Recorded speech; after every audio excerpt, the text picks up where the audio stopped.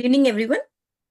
Welcome to the Emergency Medicine Experts Appraisal of Yashoda Hospitals, which we go on every Friday. The topic for the day is DNA of ED Director, What You Must Know. It's an interesting topic. Being presented by Dr. Raghu Kondle, who is a very well experienced dynamic emergency physician, gold medalist with more than 50 research publications, currently working as HOD of Emergency Department, Yashoda Hospitals, Malakpet. Over to you, sir. Good evening, everyone. Thank you, Yasaswini, for the kind introduction. So as we know, Yashoda Hospital brings down a different topic every year for the enrichment of the students, the faculty, and everybody. So as a not being a routine topic, I have come with a different topic known as the DNA of ED Director, what you must know. So all these weeks we were covering of different about the trauma, the sepsis, everything. So at least I thought this week, why we can't focus on the emergency physician who works in and out for the people, for the hospital, and for everybody. So what he should do, how he should do, and what he must not do. So emergency medicine is a medical specialty with the principal mission of evaluating, managing, and preventing the unexpected illness and the injury. So we work in the emergency department like a jack of all trades. So we diagnose everything before the consultant comes, and we hand over the once the stabilization and the resuscitation and the diagnosis part is done. So which gives an enthusiasm or a happiness once we do all this. So we come in a stepwise pattern. So first thing, are you a leader? So it can be a resident, it can be a junior consultant, it can be a senior consultant area, HOD. So in this CC, in the C, when we see in this mirror, so it can be in the two sides reflection. So you can see yourself and you can see the others also seeing yourself. So you should identify what are the flaws in yourself, and if there's any flaws, identify your flaws and correct yourself before somebody correcting yourself. Don't go for any ego things or these things. As we know, nobody is perfect in all these things. So when you want to become a leader, so you have to identify your flaws. There can be a positive things, there can be a negative things. So by overcoming the negative things and making those negative things changing into the positive things. So you have to identify your flaws. As I said, nobody is perfect. And how precise yourself it is more important rather than satisfying the others. So the next thing is gaining followers. So how do you want to gain followers? First thing is, so you should be visible to everybody. So in the department, you should be visible to department and you should be authentic. So whatever you're doing, it should be a authentic, commanding, and there should be a proper communication. So it can be from the security person for the fourth class, everything you should communicate in a proper way so that it is understandable to others and it is some achievement to others, and there should be a respect. So you should respect others and the same respect again it should come to you. So I said you should be visible, authentic, communicative, and you should be understanding. So when somebody comes, it can be a resident, a JCR. So you should understand what is the problem before doing any taking an evasive action. So first try to understand what is the issue. So what is visible in this diagram? See, so if you want a leader, again, you should be leading from the front. So not being a clinician, clever clinician, but you should be a hardworking clinician. So you should always lead from the front where your residents, everybody should be following you. So this is how this replicates. So what is the 13 cards of the ED administration? So we'll come by one. So first one is patient care and satisfaction. Second is the psyche of your people and the people around you. and the place where we use, that is your ED, paraphernalia, protocols and guidelines, problems. It can be an acute problem and a long-standing problem, and what are the solutions for this acute and chronic problem. So periodic drills in the ED, then professionalism, punctuality, and work culture. So 9th one is the publications, research, audits. 10th is the paperwork. 11th is the pedagogy. 12th is paisa, tenure, revenue, and 13 is politics and leadership. So we'll come by one. The first one is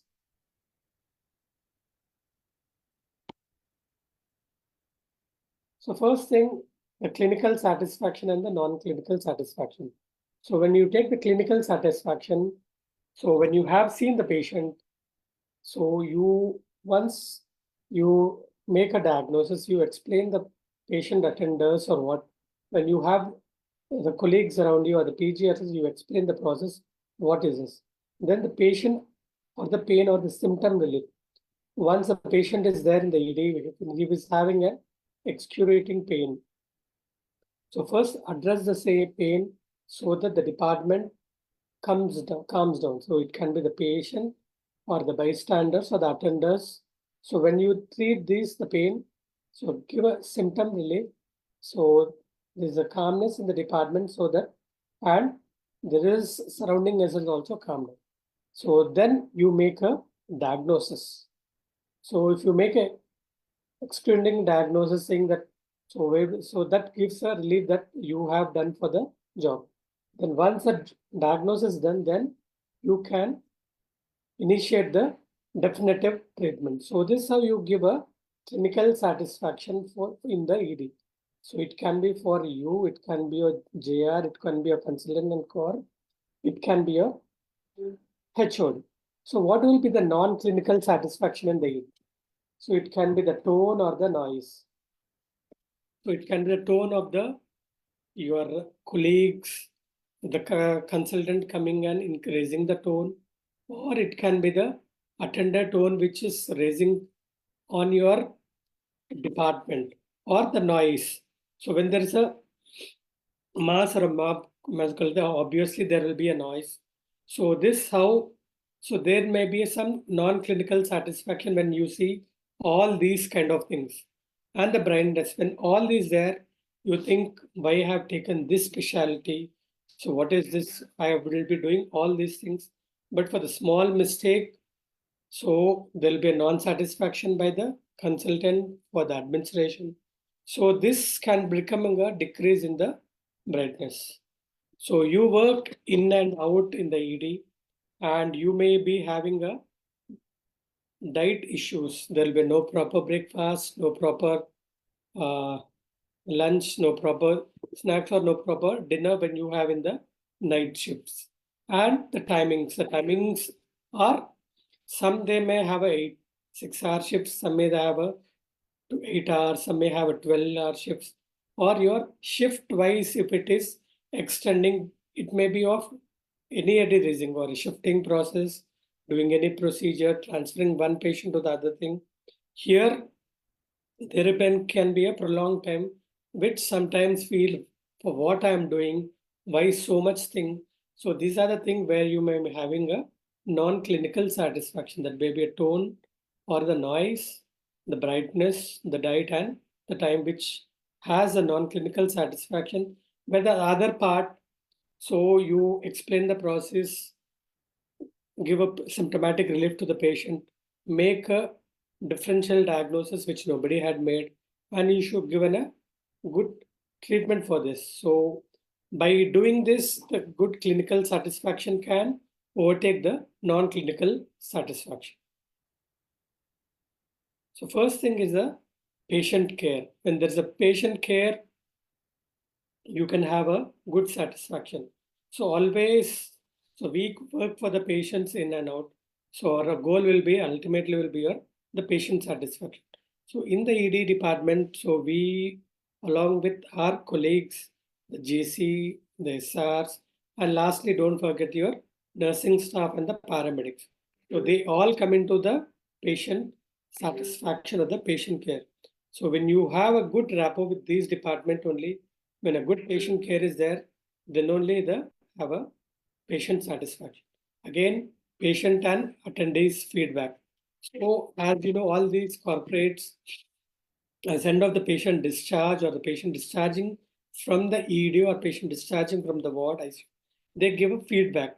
Or if there is any untoward incidents, a thing in the ER going in a dissatisfaction where the patient feedbacks will be given then and there. And then being a JR or a student, you may be bombarded by your first by your HOD, then by your management, all these.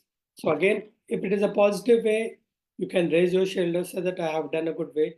If it is negative way, don't get dissatisfied. Take it in a positive net and go. And the quality parameters, door to management time. So if a stroke patient is coming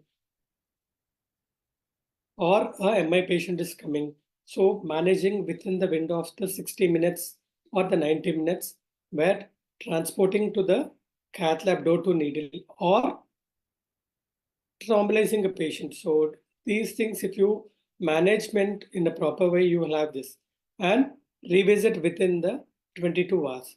So some EDs, so where the patient will be having this visits within 72 hours. So again, these quality parameters should be there. Did you miss the diagnosis the initial way where the patient has revisited after 72 hours? Or if the patient with you, because of your misdiagnosis, patient did have any complication. Example of a patient coming with a pain abdomen. So if you're not evaluated properly, now coming into the mesenteric ischemia and come going into the shock. So again, so these things has to be taken care. So the patient satisfaction ultimately plays a major role. And so these are the some of the parameters. And end of your month, each in your department, you will be having these quality parameters where your management or your department will be auditing these things. What will be the door to needle time? How many PTCAs have been visioned? How many revisits are there? What are the things they have these parameters which will be evaluated every monthly or 15 days or 3 months or 6 months? It is depending upon their hospital policy. The second one is the people. So it is plays a major role on what kind of people you are working or what kind of the people are surrounding you. It can be your class 4, it can be your security, it can be your nurse manager, it can be a manager, or it can be your residents, your colleagues, everybody. So how the people around you makes a lot of difference there. So it in the psyche of the people is this. So some may be dreaming about how to lead in the once you finish the course or once you enter the department, how you want to lead the department. And some people may be an introvert, how to be sociable. So how you want to behave with this and how you. And the last one is third one is the impulse where they will be fighting for everybody, the rebellions. So for small things, they'll be having a query. So then we'll fighting for your department, your other department, outside, everywhere, the patient attenders everywhere. So these different kind of people you encounter in your surrounding or in the department where you have to go through all this.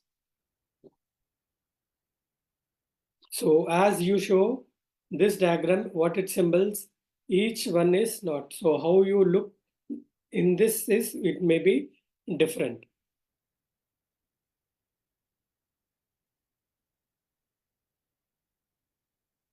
So example, when you ask somebody said, do you smoke? No. Do you drink? No. So as I said, a perfect person doesn't smoke, doesn't drink, doesn't cry, doesn't fail, and lastly, he doesn't exist. When these not are there, so a person doesn't exist. So all this person at one of the time, he might have spoken, he might have drank, he might have cried, and he might have failed. If nothing is there, that means the patient doesn't exist. So these are the, so if you smoke, it is not a bad thing. If you drink, it is not a bad thing. If you cry, it is not bad. If you fail, it is not. But whatever you are doing, it will be have some limitations. If nothing is there, you mean to say that patient doesn't exist. And communication of the expectations. So there will be, should be a proper communication. So being whatever it can be from your security person to your HOD, there should be a proper communication with the department. So whenever there is issue for the security person with the attender, so there should be a communication or reciprocation. The same thing, the staff, the JR, the C, there should be a proper communication, and that should be expected.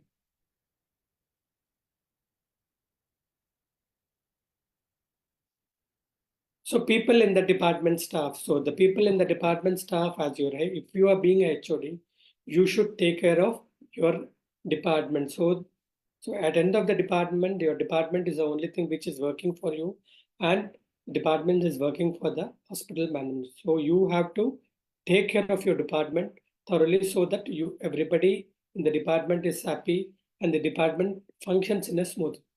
So first come in your remuneration. So there should be a proper salary hike. At end of for each hospital may be having a different policy of 1 year, 2 years. So basing on their performance, there should be a remuneration, and the grant should be done in a periodic, in a systematic way. The graph should be in a proper way. So when you don't recognize the department staff and you're not remunerated accordingly, so nobody works the department in the qualitative way, and nobody stays in the department, and they will not give their 100% to work in the department.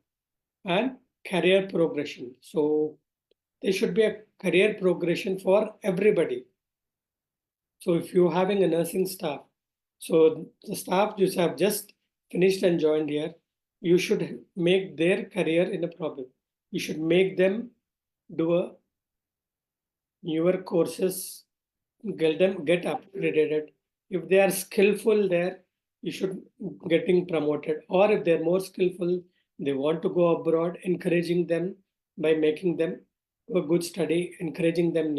Same thing applies your residents here. So if you are doing one program, they can simultaneously join the other program. And if they're planning to go abroad, encouraging them for their further future. And appraisals and promotions. And these appraisals and promotions are needed for everybody who is working for the department.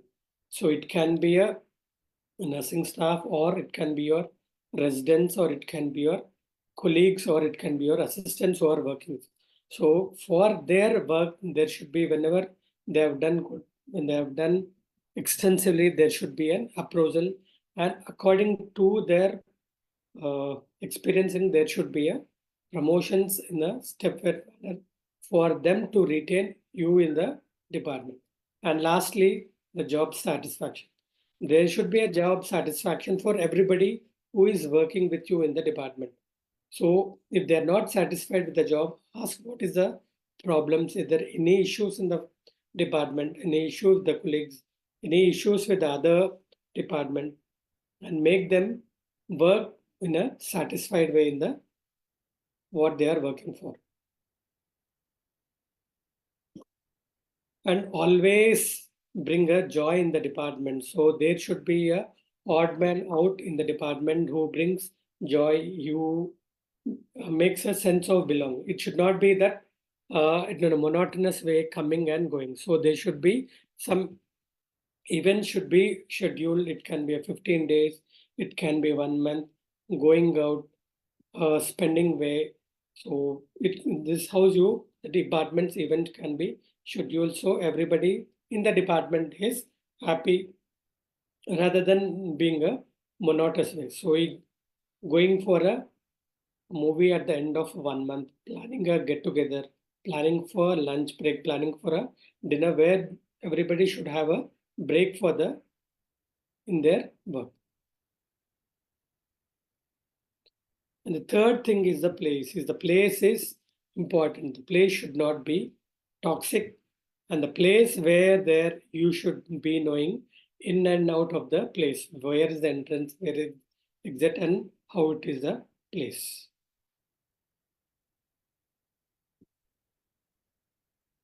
So this can be a outline structure of an Mr.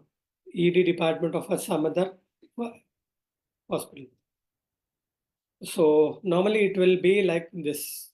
So how a MS brings the patient, there will be a triaging, and there will be a presentation, patient presentation, the ED. And when there is a mass casualty, there will be a triage, massive triaging, there will be a queuing. And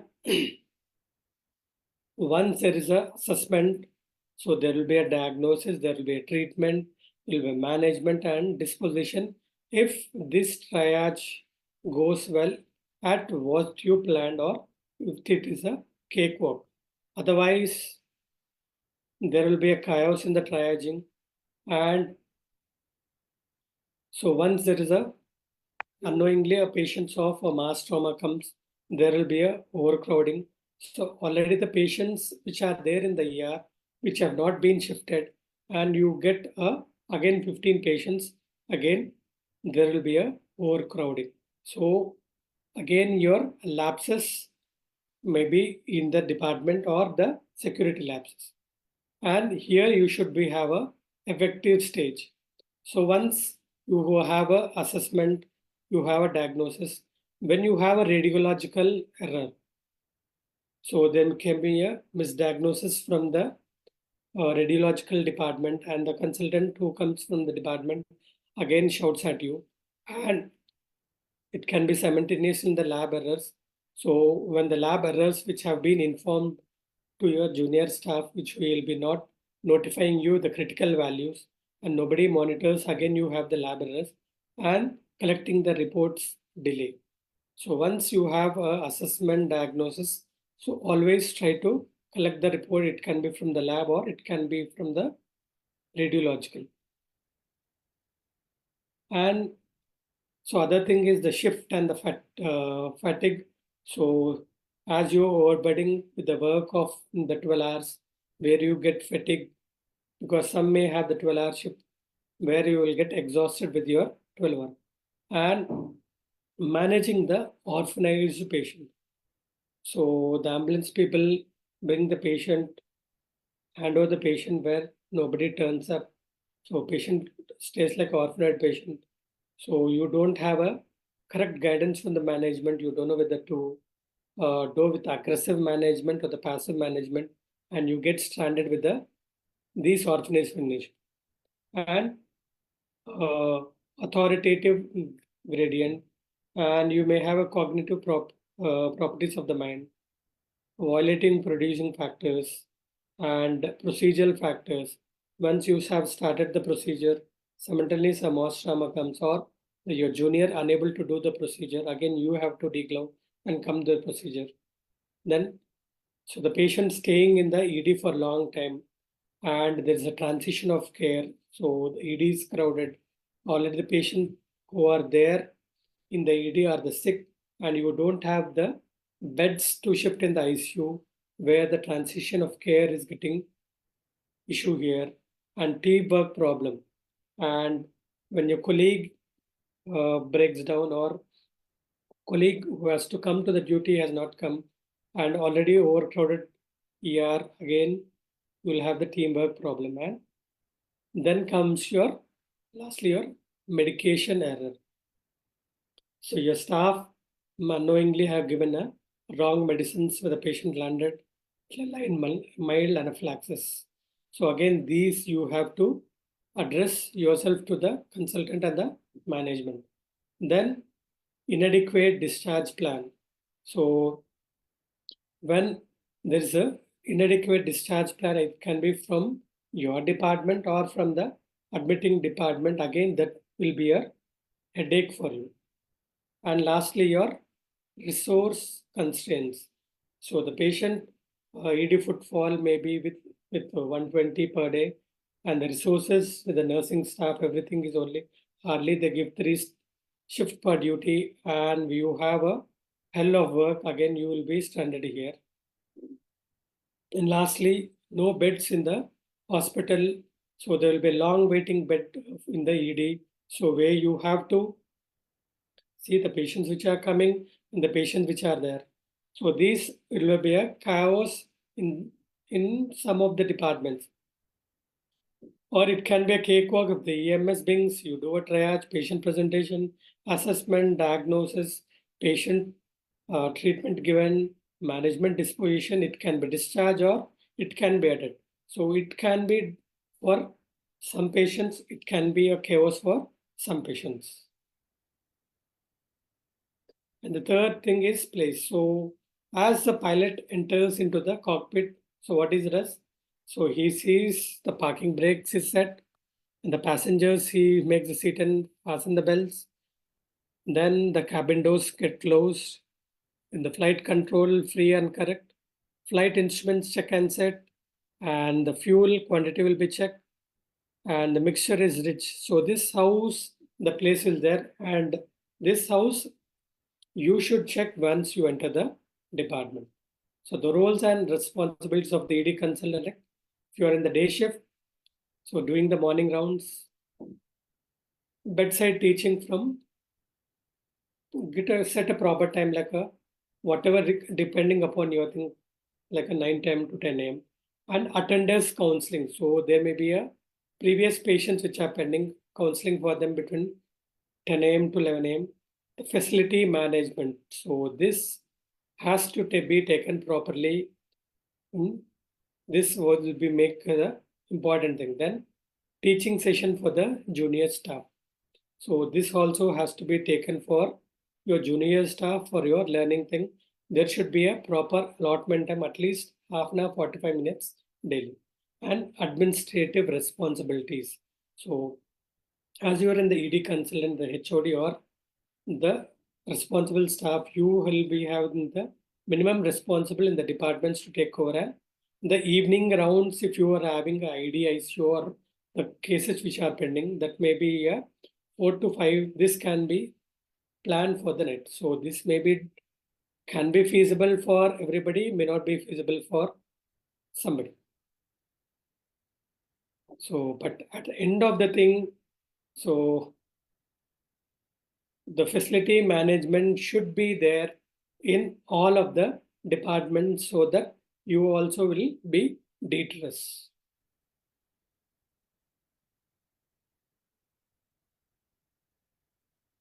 So all the EDs they should have a ED reception with the proper persons there, and a triage where the triaging done systematically.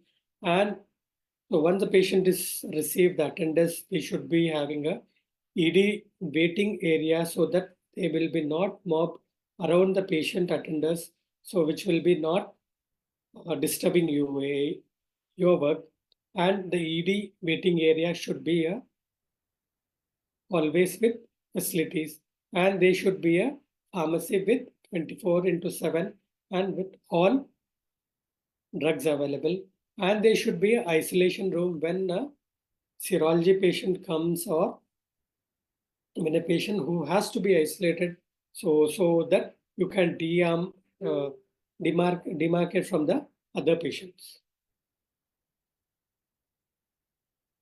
And there should be a separate procedure room so that the person who is doing the procedure will be not getting disturbed with the other patients.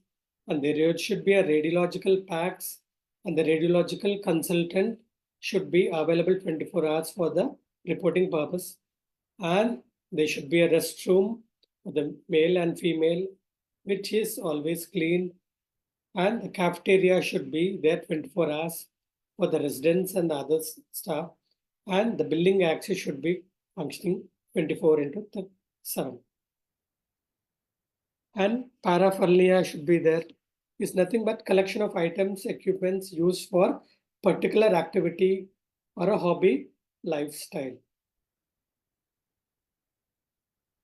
So these are the different paraphernalia. You can see the monitors or the radiological machines which are disturbed, And once you enter the ED, so you should be with the etiquette should be there. It can be a mask, it can be a cap. When you're doing a procedure, wearing a sterile gown. And for the patients, it can be a bedpan, it can be a thing. And for the staff, finding for the vein finder. So these are the different paraphernalia for different activities. And the protocols and guidelines, selection of protocol for all clinical issues. So these protocols should be there. So it can be example like the trauma protocol or the ACLS protocol, the sepsis or the stroke protocols. And these protocols again should be upgraded as when the guidelines change for the clinical issues. So they should not, somebody should come and cross question when you do something. And the non-clinical issues, again, these things also has to be protocolized. So the non-clinical issues, what will be there? The overcrowding. The overcrowding again should be taken crowd for the safe work in the ER and resource limited and patient demands. So they should be applied locally. They should be made available easily and regularly updated. So the protocols, once the guidelines have changed, you have to get updated. As the ACLS guidelines, the PALS or the BLS, as they get updated every 4 to 5 hours. And the people around you or the staff or the PGs, residents, they have to get updated as the protocols and guidelines are updated. So problems and solutions. So management patient searches daily. So it is not that there may be a overcrowding daily. There may be a overcrowding. There may be a surge of patients when there can be a pandemic, when there be an accidents and everything. So you should be have a different solution when you are overcrowded. So there should be a patient resourcing and there should be a proper help from the staff, proper help from the doctors, where again, where you triaging thing and the overcrowding will be done as early as possible. And the solutions should be revised every periodically. So you should review every day or every 24 hours, every week. So how much was the case load and what are the things and what is the bed allotment here and where are the flaws you are getting for your overcrowding. So visual tourism, so the action speaks louder than the words. So the next thing is periodic drills to assess your preparedness. So there should be a periodic drill every 3 to 6 months. The periodic may be because of your mass gatherings. It can be for your code blue, code red, and everything. So when a mass, there should be a preparedness for any medical emergency or anything. So periodic drills, it is not only for your NABH or the JCI, and these drills every 3 months or every 6 months should be done, and they should be assessed. And once the drills have been done, so we should find out what are the flaws. Anything can be changed after the drills have been completed. And once the periodic drills have been, there should be a regular tabletop exercises and drills. So the committee members who are there, the HODs of the different departments. So once the drill is finished, there should be a tabletop meeting. So that finding what are the issues where we had gone wrong, what can be done for the better for the next thing. So this how only you can improve.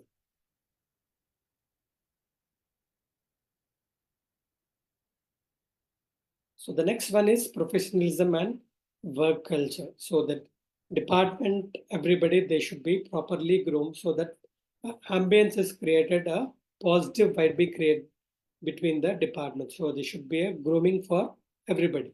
And etiquette should be done for everything. So if there is a pandemic is going on, if it is a mask or hand sanitation is there. So you see that a cough etiquette, hand hygiene is maintained and punctuality is important. So So the time is 8 means it should be 8. So they should be coming after the allotted time. So this has to be properly monitored by thing. So who is coming delayed or whatever the non-punctual who's delayed, again, some definitive action should be taken. So this brings out your department outcome when you are punctual to. And infection control practices should be maintained in the department. So whenever you are examining the patient, so do a hand rub before and after examining the patient. So wear a mask when you're entering the department if needed, cap if you can. And when you are doing a procedure, see that you are making following all the infection control practices whenever you are doing the procedure, and properly discarding the different bins which are allotted in the department. And the ethics should be followed in the department, man, whoever it can be. So the ethics should be followed by everybody in the department.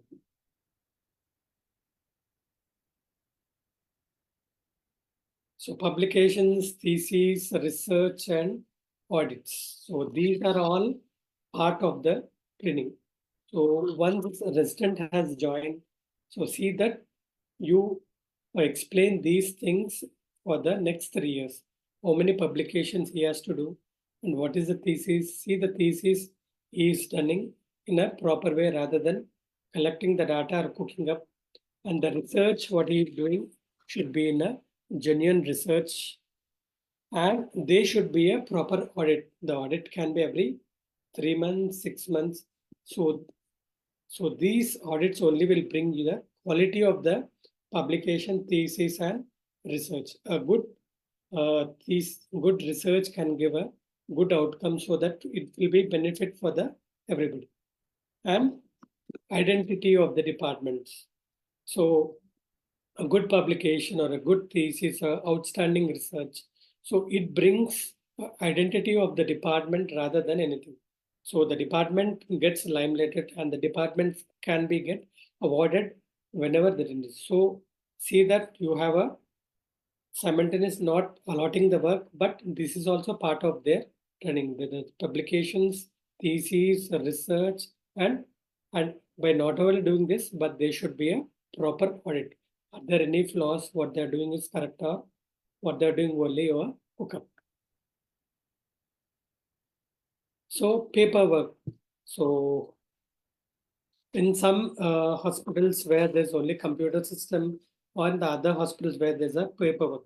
So thing is maintaining the case sheet or the case details in the emergency record, and whenever you having a referral with the other consultants, maintaining a referral form, maintaining again the drug chart. Again, these drug chart, when you are entering, it should be in a capital way letter. It should be legible for whoever is seeing it. And the medical legal case which is coming again. So you have should be entered in the accident register or making a medical legal case. And some of the cases where you need to write the letters to the insurance for depending upon the patient complaints for the patient's insurance to be claimed. And there is a wound certificate in some of the departments where the AR register which you have entered. So for these wound certificate, they may come later on where you have to issue. And some hospitals where it is your headache to give your alcohol certificate. And lastly, if you are disposing the patients from the ER, your staff, and where you have to give the leave certificate. So there will be a lot of paperwork, certificate. So this has to be overcome in the department. So whenever this is there, so involve the MRD whenever it is needed, which is not beyond your thing. So dedicate some time for this, and a Y person from the department. So all these certificates you can't give, where like a wound certificate you can hand over to the MRD, and the insurance certificate you can hand over to the RMO. And there should be a clarity, it should be clear. There should not be any ambiguous, and there should be no duplication of the work. Any duplication of the work in the medical legal cases again becomes a big headache for you.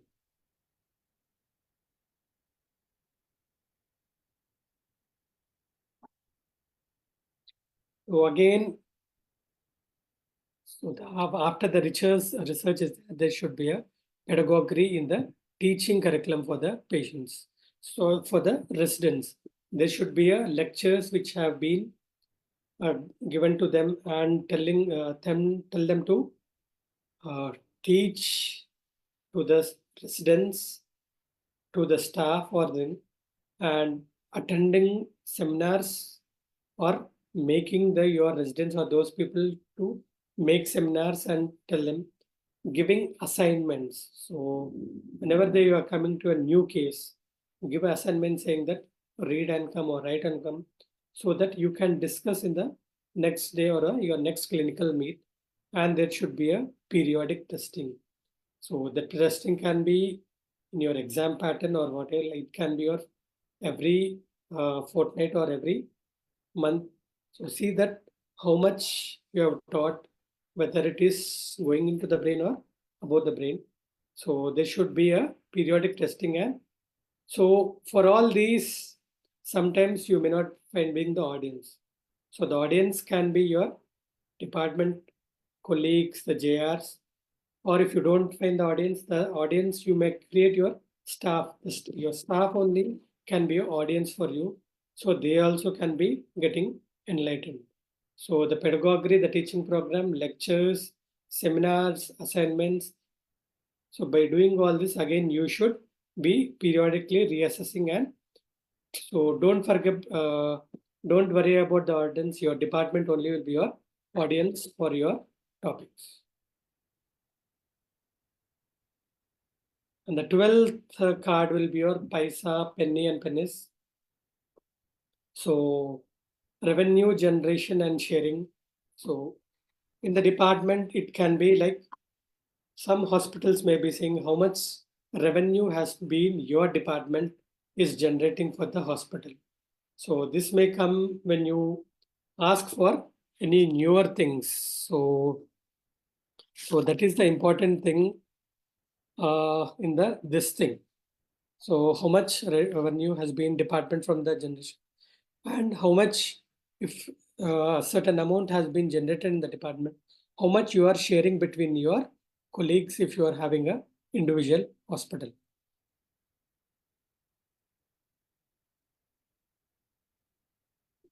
So why so much on these things? Because for nowadays you have GST for everything except for breathing air and water. So in future also, so those things also you may be having for the GST. So when there's a GST for everything, again, this your revenue generation, you also enrich. And this paisa penny pennies. So this also works important when you go for a new job for resigning from one place to the other place. So there should be a balance of your amount generation and winning. And lastly, the politics. So the politics can be done by the management or in the department or between the colleagues or this thing. So management satisfaction most of the times. So if you give your 100% also, this thing will be not be there. So how much work you can be done. So satisfying will 100% may not be possible. So how much you can do then, and departmental autonomy. So it is ability of your department to take individual decisions for the department benefit. So if you want a departmental autonomy, so taking the decisions individually for the bettering or for the patient's sake can be done. So last thing is interdepartment relations. So always try to have a good interdepartment relations for the smooth functioning of the department. So as a ER physicians, we do everything. So we give you take the case, you diagnose, you treat, and you hand over the case to the other department. So like a handing over the cake. So where they take everything, the credit is there. And there should be some rifts between the departments. Say this, why you did this, why you did this. So the department rifts will be there. So that has to be overtaken in a smooth way rather than creating conflicts between your interdepartment rather than creating a headache for us and disturbing our peace of mind.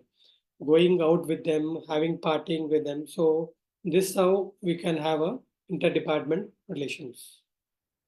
So the classic and modern theories of leadership should be studied by anyone wearing the mantle of leadership in the emergency medicine, and the real politic of the modern hospital must be accommodated if the leadership efforts are to be succeeded.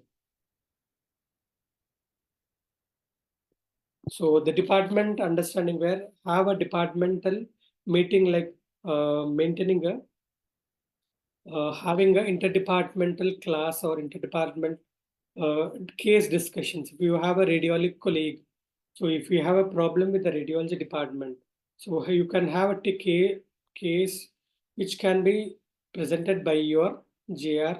So with the radiology department and having a, so what are the things which you are finding difficulty in the radiological imaging or whatever this.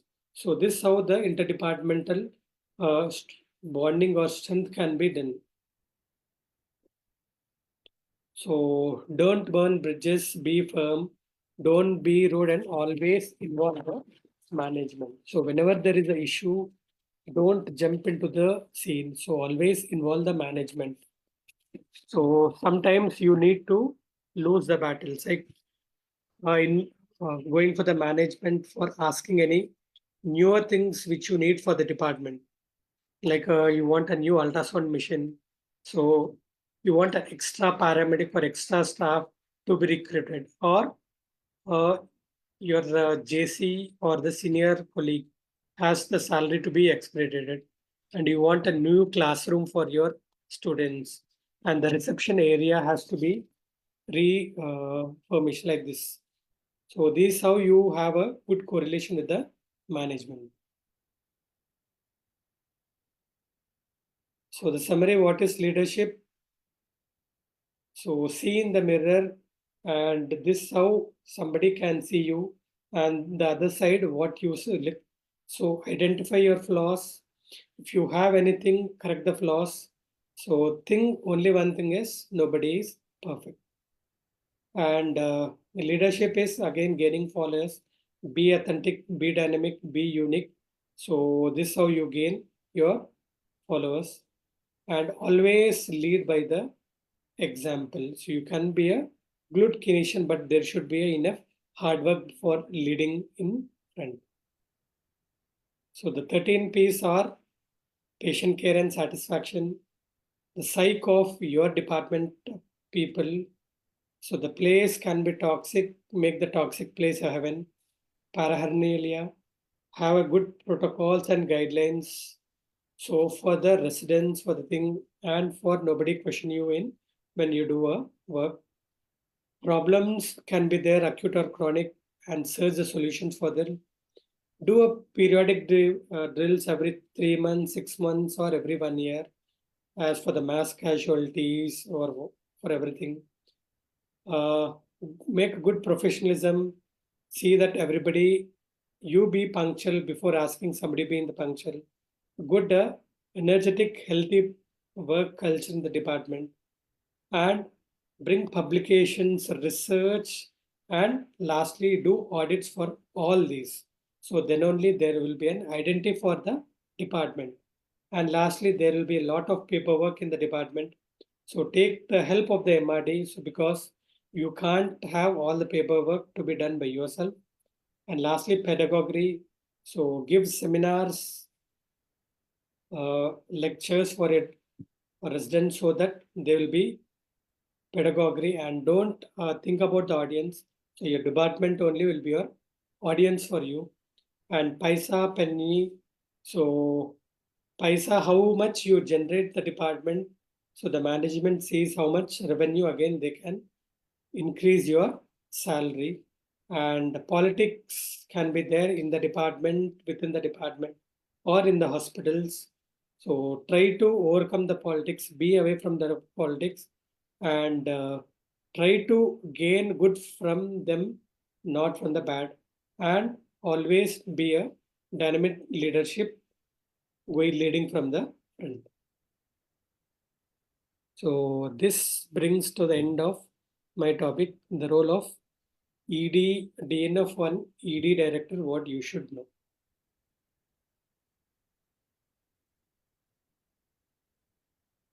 Thank you, sir, for giving us the pearls and showing us making us go through every inch of the area administration. Any questions we can take?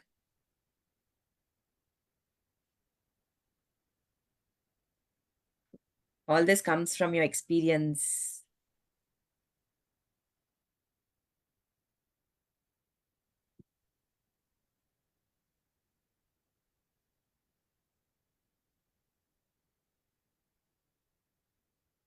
Thank you, sir. There are no questions. Thank you for the detailed explanation. Thank you. I thank Yashoda Hospital for coming every week at the different topic and sharing the knowledge from the people across the globe to the residents, the junior colleagues, and the consultants. So that's all from my side. Bye. Bye, sir.